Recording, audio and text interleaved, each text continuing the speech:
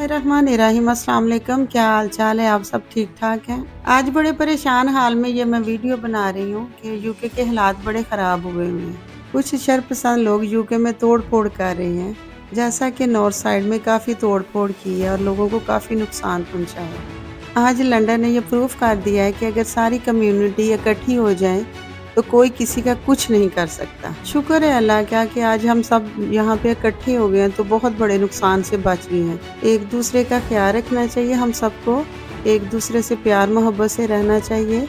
मोहब्बतें ही बांटो तो मोहब्बतें ही मिलती हैं। Unity is strength.